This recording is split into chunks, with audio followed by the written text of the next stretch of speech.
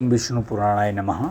श्री विष्णु पुराण प्रथम अंश छठा अध्याय चातुर्वर्ण्य व्यवस्था, पृथ्वी विभाग और अन्न आदि की उत्पत्ति का वर्णन।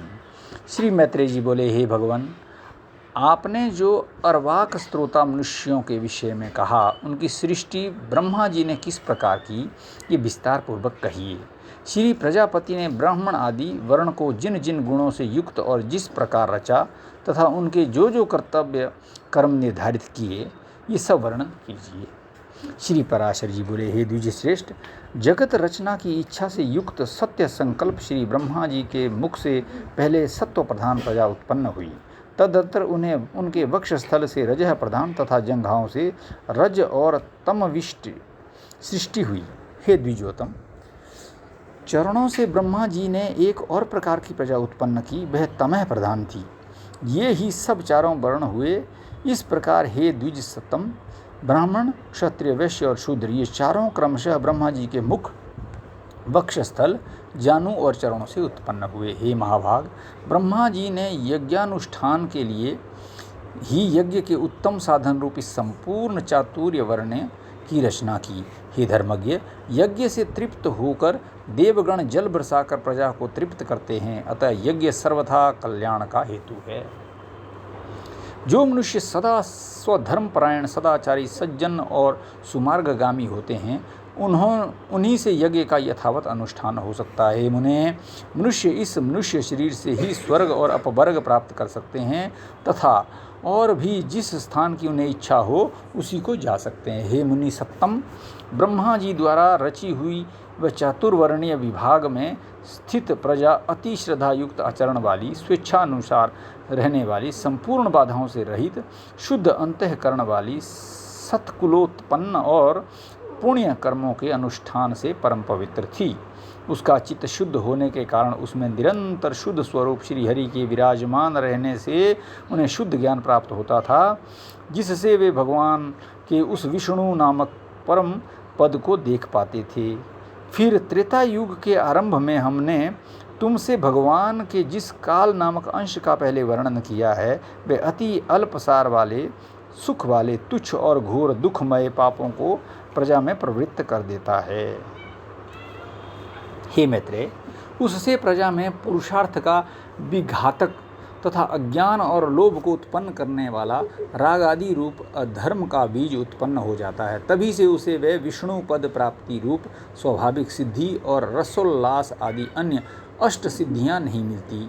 उन समस्त सिद्धियों के क्षीण हो जाने और पाप के बढ़ जाने से फिर संपूर्ण प्रजा द्वंद्व, हरास और दुख से आतुर हो गई।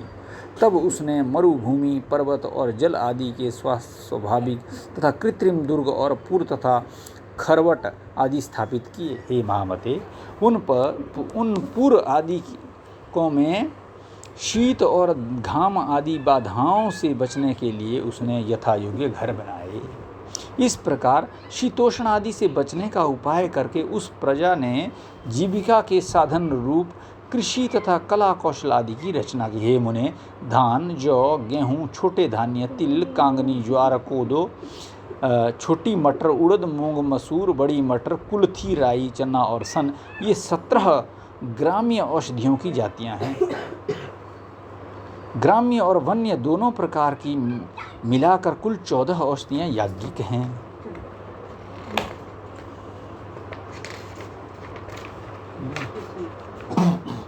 उनके नाम ये हैं: धान, जौ, उड़द, गेहूँ, छोटे धान्य, तिल, कांगनी और कुल्थी। ये 8 तथा श्यामाक, समान, नीवार, वनतिल, गविधु, वणुयब और मरकट मक्का, ये 14 ग्राम्य और वन्य औषधियाँ यज्ञानुष्ठान की सामग्री हैं और यज्ञ इनकी उत्पत्ति का प्रधान हेतु है।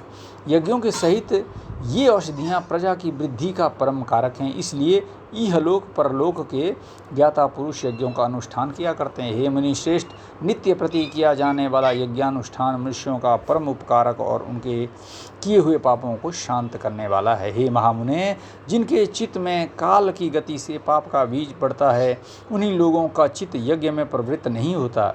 उन यज्ञ के विरोधियों ने वैदिक मत, वेद और यज्ञ आदि कर्म सभी की निंदा की है।